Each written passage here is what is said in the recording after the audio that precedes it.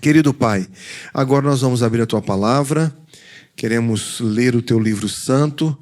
Fale ao nosso coração, fale à nossa mente, que o Senhor possa nos instruir nesse momento, em nome de Jesus. Amém. Abra sua Bíblia em Mateus capítulo 16. Você que está com a sua Bíblia aí?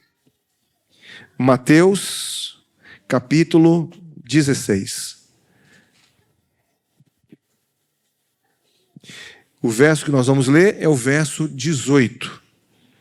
João 16. Perdão, Mateus. Eu falei João no início, não? Falei Mateus, né? Então é isso mesmo. Mateus capítulo 16, verso... Eu que estou em João, é por isso que eu falei João. Mateus 16, o verso 18.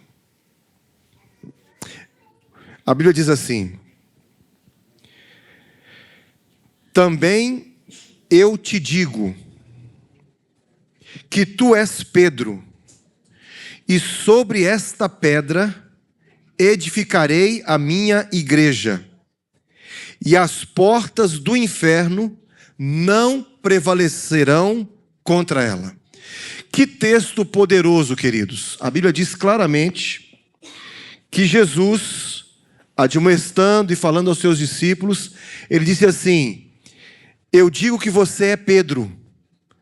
No original aqui, a palavra, o nome Pedro, é uma palavra aramaica, que quer dizer Cefas, pedra, ou lasca de pedra.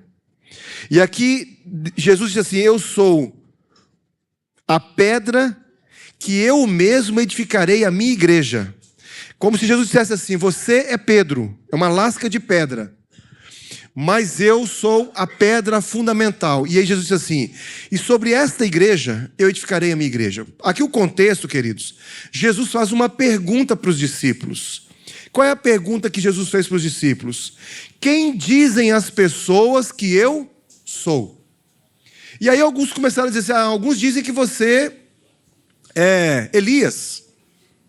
Alguns dizem que é João Batista. E Jesus falou assim: as pessoas estão dizendo isso, mas e vocês? Quem vocês dizem que eu sou? Naquele momento, o apóstolo Pedro disse assim: tu és o Cristo, tu és o Messias. E diante disso que Pedro colocou, Jesus então fala o que falou aqui: eu te digo que és Pedro, e sobre esta pedra, que as pessoas dizem ser Elias, João Batista, sobre esta pedra, que aqui, traduzido aqui, está como pedra, mas no original quer dizer uma rocha, uma grande rocha, eu edificarei a minha igreja. Interessante, queridos, que aqui Jesus fala assim: olha, eu edificarei a minha igreja.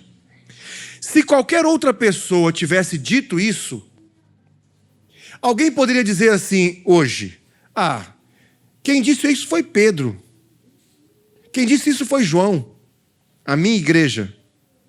Mas aqui quem disse foi Jesus.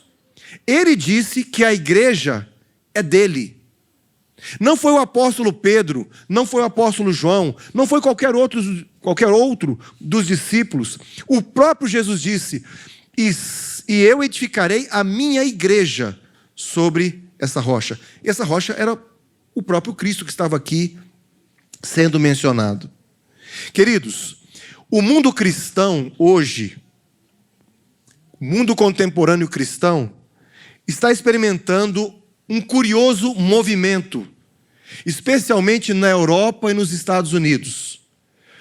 Mas já chegou aqui já há tempos, e já está no Brasil. Eu me refiro a um número cada vez maior de pessoas que se consideram pessoas sem igreja. Alguns chamam de desigrejados. Você já deve ter lido sobre isso, já deve ter tido contato com alguma coisa que fala sobre esse tema. É um termo inédito para descrever uma parcela considerável da população que diz amar a Jesus Cristo. Eles amam a Jesus Cristo. apreciam os seus ensinamentos. Contudo, não querem compromisso com o organismo chamado igreja.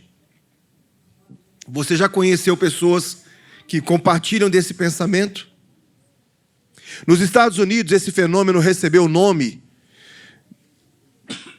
de cristianismo sem igreja. Desculpem. E hoje tem um instituto chamado Instituto Barna. Esse instituto, ele publicou um livro. E nesse livro, queridos, que foi publicado em 1990, existem algumas questões que foram levantadas e descobertas. Primeiro, descobriram na pesquisa que em 1990, cerca de 30% dos cristãos se diziam sem igrejas. 30%. No ano de 2000, esse número tinha saltado para 33%. Pessoas que amavam a Jesus e que amam a Jesus, porém se dizem sem igreja. Em 2015, eram 43% os cristãos que se dizem sem compromisso com qualquer igreja. Eu tive a curiosidade de pesquisar aqui no Brasil, e obrigado, tá, querido? E aqui no Brasil, eu tive a oportunidade de pesquisar, e estima-se que hoje esses desigrejados estão entre 30% e 40%.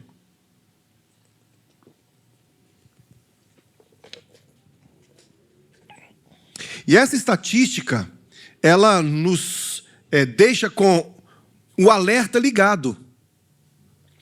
Alguém, uma certa vez, contou que um determinado professor estrangeiro foi convidado para poder expor aos jovens uma preleção sobre a importância da pessoa de Jesus Cristo. Ele estava ali para poder falar sobre Jesus Cristo. Só que ele não tinha um alemão impecável. Então ele estava sendo traduzido por um intérprete. E ali estavam os jovens, em massa, no auditório. E pelos rostos daqueles jovens universitários, parecia que todos estavam apreciando a descrição de Jesus como o mestre do amor, o mestre da bondade, o mestre da tolerância. E eles estavam ali ouvindo a história de um judeu do passado, que ensinava lições atuais. E eles então, ávidos por aprender ainda mais, tudo parecia estar indo muito bem, quando num determinado momento aquele professor, traduzido por uma outra pessoa, traduzindo o alemão, ele diz e ele menciona algo sobre um organismo chamado igreja. Quando aquele professor citou o nome igreja, no momento só, quase que em coro, deixa eu voltar lá onde estava. Isso, quase que em coro, aqueles jovens mencionaram o que está aí nesta frase. Ishosia Kirche Nein. Ou seja, eles disseram Jesus sim, igreja não. Com a ajuda do intérprete, eles então expressaram aquilo que eles queriam. Isso pode parecer uma história inventada, mas não foi inventada. Não é uma parábola. Na verdade, isso aconteceu de verdade na Alemanha em 1970. E não foi só uma vez, e nem duas, foram várias vezes que isso aconteceu em universidades na Alemanha. E à medida que os anos passavam, aumentavam o tom de descontentamento e de rejeição a esta ideia eclesiástica. No entendimento de alguns, a igreja parecia o lado podre do cristianismo. Falar bem da igreja era comprar briga com a geração moderna, ou melhor, com a geração pós-moderna. Eu pergunto para vocês, queridos, é justo dizer que a igreja é o lado podre do cristianismo? Quem precisa de igreja? São perguntas provocativas, as perguntas que eu estou fazendo aqui nesta manhã, mas antes de responder a estas perguntas, nós deveríamos responder a 3 outras perguntas. A primeira, o que é a igreja? Segundo, por que eu deveria acreditar nela? Por que eu deveria acreditar na essência da igreja? E terceiro, qual benefício eu teria em pertencer a uma igreja? Bom, queridos, o termo igreja é o termo eclésia ou eclesia do grego, que quer dizer assembleia. Na verdade, esse termo foi usado pela primeira vez em Mateus, capítulo 16, verso 18, que foi o texto que nós acabamos de ler agora no início do nosso culto. Jesus falando: Pedro, você é pedra. E sobre esta pedra, esta rocha, eu edificarei a minha igreja. Jesus foi quem primeiro falou sobre igreja. Sabe que isso me alegra muito? Me alegra muito por 2 motivos. Primeiro, me alegra muito porque esse texto mostra que primeiro Jesus foi quem disse que a igreja pertencia a ele. Segundo, porque partiu dos lábios do próprio Cristo que ele era o fundamento da igreja. Queridos, se Jesus Cristo disse que ele tem uma igreja e que ele é o fundamento dessa igreja, quem sou eu para duvidar de que a igreja é o propósito de Deus para todos os seres humanos? Em outras palavras, queridos, Cristo é o cabeça do corpo de Cristo. Ele é o cabeça do seu próprio corpo. E por que ele é o fundamento, a rocha segura e o cabeça? Por quê? Porque ele é perfeito, porque ele é puro e porque ele é imaculado. Por outro lado, queridos, nós temos que reconhecer que a igreja é imperfeita. A igreja é suja. A igreja é débil. A igreja é fraca. É um paradoxo, não é? A igreja, ao mesmo tempo que é perfeita, que é o plano de Deus para a humanidade, ela também é imperfeita, suja, débil e fraca. Ela é impotente e ela é maculada. Sabe por que ela é impotente? Porque ela é imaculada?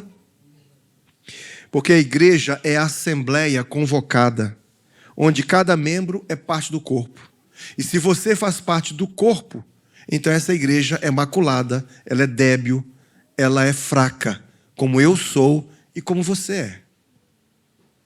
Como organismo, nenhuma igreja é perfeita, muito menos os seres humanos que a compõem. Agora, o que eu devo fazer com aquilo que Jesus chamou de minha igreja? Eu devo desprezá-la? Eu devo abandonar a igreja? Interessante que Jesus, ele menciona sobre igreja, e em Mateus, nos evangelhos de uma forma geral, essa palavra aparece apenas 2 vezes.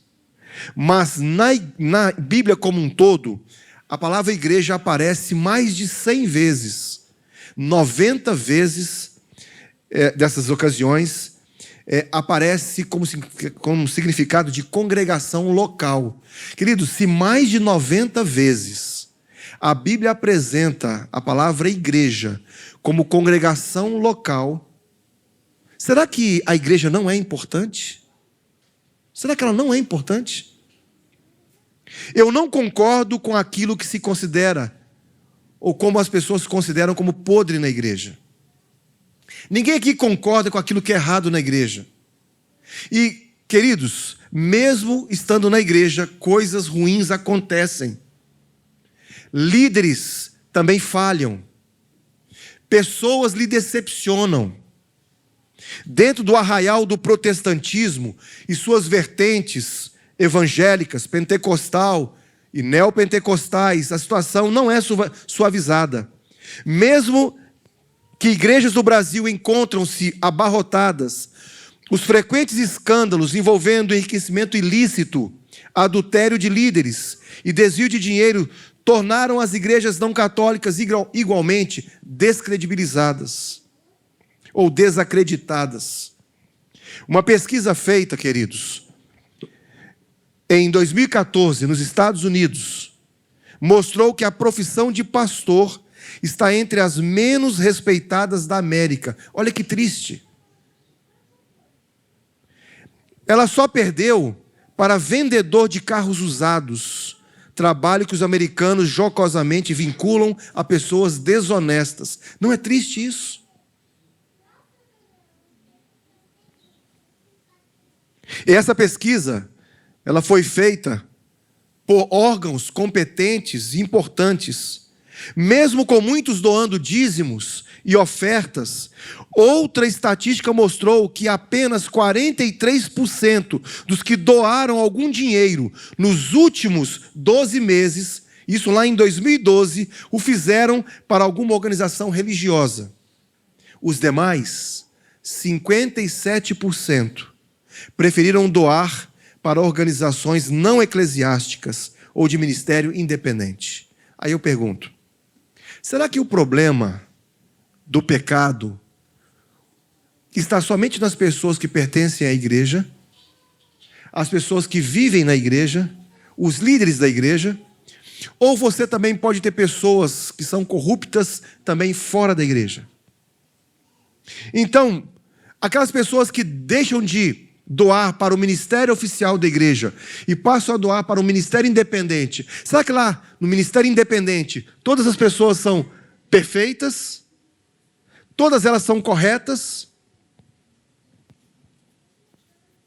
Estudos sociais mostram que 60% dos jovens criados na igreja abandonaram assim que concluíram o ensino médio ou a faculdade. Queridos, de fato, milhões de jovens cristãos se desligam da igreja quando entram na idade adulta. 60%. Será que isso está acontecendo em nosso meio? Será que está acontecendo ainda em nossos dias? E aí, queridos, existem alguns que falam sobre a igreja, que saíram da igreja, e essas vozes, elas estão por aí. Barna fez essa pesquisa, e olha só o que um jovem disse sobre o fato de hoje ele ser um jovem desigrejado. Aqui não está feito um juízo de valores, tá certo? Eu não vou dizer que está certo e que ele está errado. Mas ele disse, isso foi colocado num livro. E Mike disse assim: aprendi com a igreja que não podia acreditar ao mesmo tempo na ciência e em Deus. Então não tive saída. Não acredito mais em Deus. Olha só o que um outro jovem, Sam, disse, ou Sam. Quando escrevo uma música que não é usada do jeito que os cristãos aceitam, sou massacrado por causa disso. Para que então devo usar meus talentos? Olha só o que um outro disse. Ali, na verdade, foi uma jovem que disse, a Sara. Me senti como se tivesse levado uma facada nas costas. Eu me lembro que voltei para casa pensando, meus amigos de fora da igreja nunca fariam isso comigo. Aí eu pergunto para vocês, queridos, será? A gente tem uma tendência, de quando está na igreja, de pensar que na igreja só acontecem coisas ruins. E que lá fora tudo é melhor. Será? Será mesmo? Aqui um outro disse assim, meu sentimento é de que a forma como a igreja lida com a sexualidade está muito ultrapassada. São falas, queridos, são vozes. Não estou dizendo aqui que estão certos e que estão errados, ou que estão errados, mas são falas que nós encontramos por aí. E eu gostaria de continuar dizendo o seguinte, aqui está uma conexão que a nossa igreja pode fazer com a comunidade. Existem pessoas que têm dificuldades lá fora e tem pessoas que têm dificuldade aqui dentro da igreja. Mas o nosso propósito como comunidade aqui do Campolim está aí, ó. Existe uma conexão com o nosso propósito aqui na comunidade. Qual é o propósito da comunidade do Campolim? Nós estamos aqui porque nós amamos a Deus, amamos o nosso próximo e amamos servir. Se você está vindo para a nossa comunidade e você quer fazer parte dela, você não pode se esquecer disso, porque isso é ser igreja, amar a Deus, amar o próximo e amar servir. Como é que isso se conecta com aquilo que é a igreja? Olha só, a igreja, ela deve anunciar o evangelho. Isso é amar a Deus. Deixa eu fazer uma pergunta para você aqui. Quando você tem uma grande admiração, uma grande consideração por uma pessoa, quando você ama muito alguém, admira essa pessoa do fundo do seu coração, você tem ou não tem prazer de apresentá-la a outra pessoa? Claro que sim. Se você diz que ama a Deus e não guarda os seus mandamentos, é mentiroso. E diz a Bíblia, e nele não está a verdade. Se você me ama, você me representa. Você é testemunha minha. Então, amar a Deus é pregar o evangelho. É você contar para os outros o que Jesus fez por você. É apresentar esse Deus maravilhoso que você conhece e que eu conheço. Isso é amar a Deus. Agora, o que é amar o próximo? Amar o próximo, queridos, é fazer discípulos. Quando você faz discípulos, você está se relacionando com pessoas. O que Jesus quer é que você faça discípulos. Se você ama a Deus, você vai amar o seu próximo. Você vai se relacionar com ele. E, finalmente, quem ama Jesus, quem ama o próximo, também ama servir. E isso significa manifestar o reino de Deus. Como é que você manifesta o reino de Deus? Queridos, nós quando vamos frequentar uma igreja, nós temos que ser intencionais, certo? Por exemplo, se eu tenho um ministério na minha igreja, se eu trabalho no ministério jovem, eu tenho que ser intencional em levar jovens aos pés de Jesus. Porém, queridos, embora a gente tenha um ministério, e esse ministério tem a ver com fazer discípulos, esse nosso ministério pode ser também um ministério desinteressado. E isso tem a ver com manifestar o reino de Deus, independente do que a pessoa aceitar. Vocês já entraram em algumas lojas, quando você vai procurar uma camisa para comprar, ou um calçado, e a pessoa vem te atender, e ela vem com todo carinho, com toda disposição, ela te oferece tudo que ela tem ali na loja, e ela te trata muito bem, até que você diz assim, eu vou pensar um pouco mais, eu vou olhar mais algumas outras roupas. Você já percebeu que algumas pessoas, elas mudam o semblante? Ela te trata de forma diferente, porque você rejeitou a oferta que ela está ofertando? Queridos, ser cristão e pertencer a uma igreja é você manifestar o reino de Deus. E nem sempre você tem que ser intencional com o objetivo de conquistar alguém para Jesus. Porque isso o ministério faz, né? Quando você evangeliza, quando você prega, quando você discipula, você tem essa intenção. Mas às vezes você pode fazer algo sem nenhuma intenção. Aqui foi mencionado pela Albany, nós vamos fazer aqui uma campanha do agasalho. Você vai ajudar uma pessoa que não necessariamente vai aceitar a sua fé, que não necessariamente vai querer vir para a igreja, mas você pode manifestar o reino de Deus, fazendo o quê? Amando servir. Por isso, queridos, qual é a importância missiológica, então, da igreja? Bom, queridos, a importância missiológica da igreja é que ela foi feita com alguns objetivos. Primeiro, a igreja ela é enviada por Cristo. Só o fato da igreja ter sido enviada por Cristo, a Bíblia diz assim, olha, ide, portanto, fazei discípulos, ensinando a guardar todas as coisas, batizando em nome do Pai, do Filho e do Espírito Santo. Então, queridos, Aqui está a importância missiológica da igreja. A igreja foi enviada não por qualquer pessoa. Ela foi enviada por Cristo. A igreja, ela participa da missão de Deus. Nós não fazemos a missão, queridos. A missão é de Deus. Deus é quem está realizando a sua obra de redenção no mundo. A sua igreja simplesmente é convidada a participar. A igreja proclama e demonstra o evangelho. De que forma? Ela anuncia a salvação em Cristo, ela faz discípulos, ela serve ao próximo, cuida dos necessitados e vive de modo que reflita o caráter de Cristo. Portanto, queridos, a igreja, ela está aqui para glorificar a Deus. E o que significa glorificar a Deus entre os povos? Interessante, né? A missão não é apenas aumentar o número de membros. Não é isso. Isso não é igreja. Se nós estamos aqui como comunidade do Campolim, com o objetivo de simplesmente aumentar o número de membros, nós não estamos cumprindo o papel da igreja.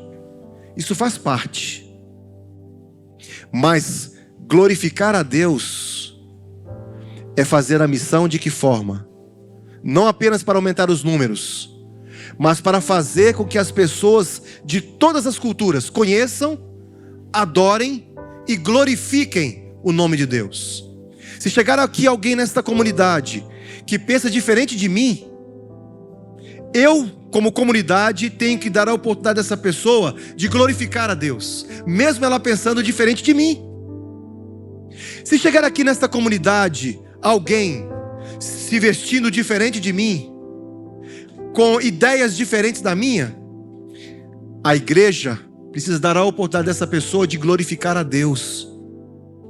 Pode ser que haja pessoas aqui que estejam vivendo as alturas da comunhão com Deus, estejam bem espiritualmente. Mas pode ser que haja pessoas aqui na nossa comunidade que estejam lutando contra um pecado, estejam lutando para vencer uma propensão, não está conseguindo. Essa pessoa, ela não é menos consagrada do que o outro, ela está lutando para vencer também. Todos nós estamos lutando, porque a igreja, queridos, a igreja é um hospital. Existem pessoas que estão beirando a insanidade, é verdade. Deus não está feliz com isso? Não está. Mas os doentes estão precisando de médico, e o médico dos médicos é Cristo. A sua igreja está aqui para que possamos ser curados.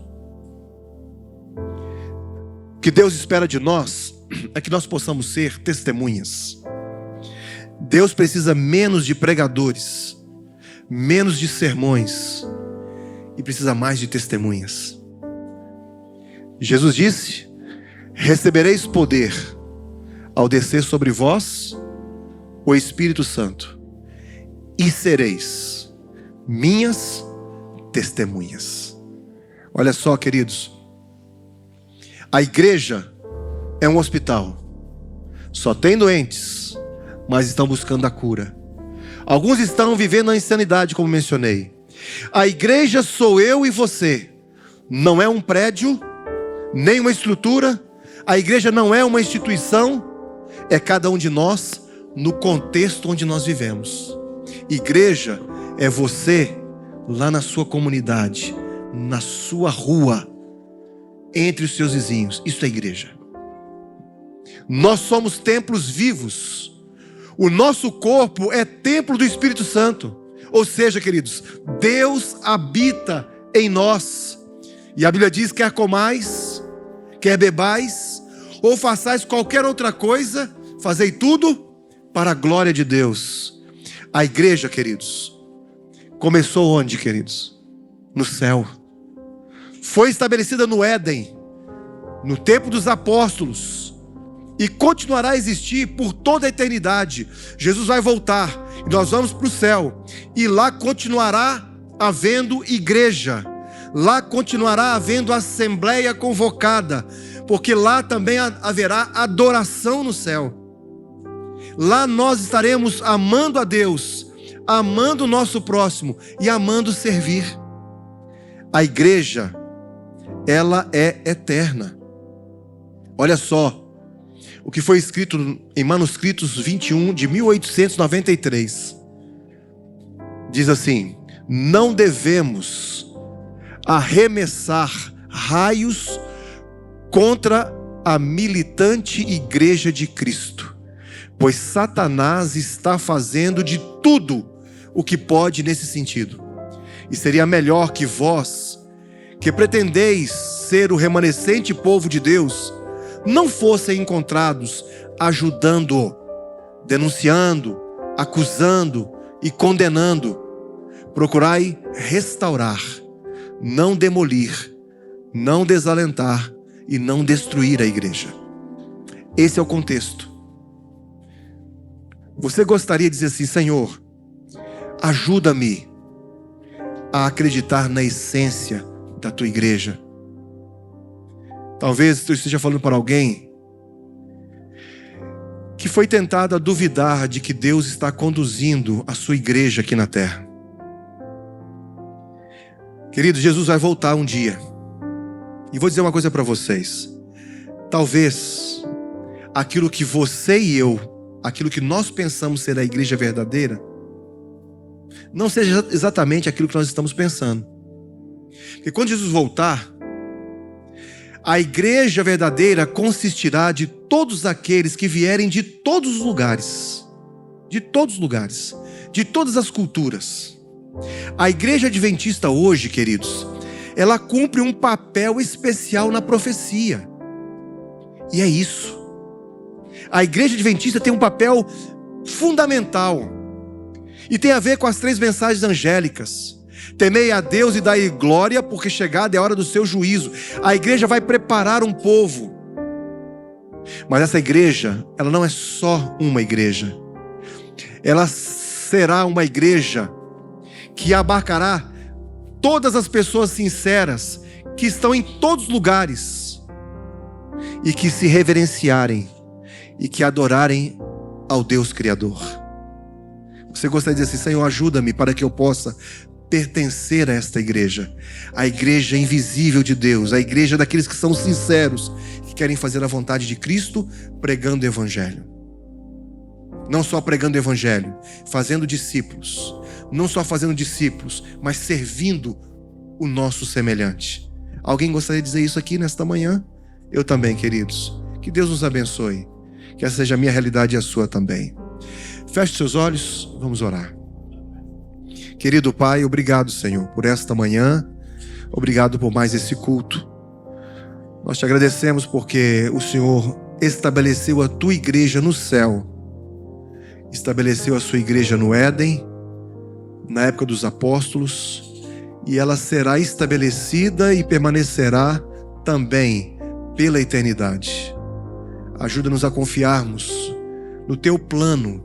Foi o Senhor Jesus mesmo que disse que ele edificaria a sua igreja sobre esta rocha, que é Ele mesmo. Portanto, Senhor, nos ajude a crer na importância, na essência da tua igreja, e que nós somos parte dessa comunidade que se prepara para ver Jesus voltar.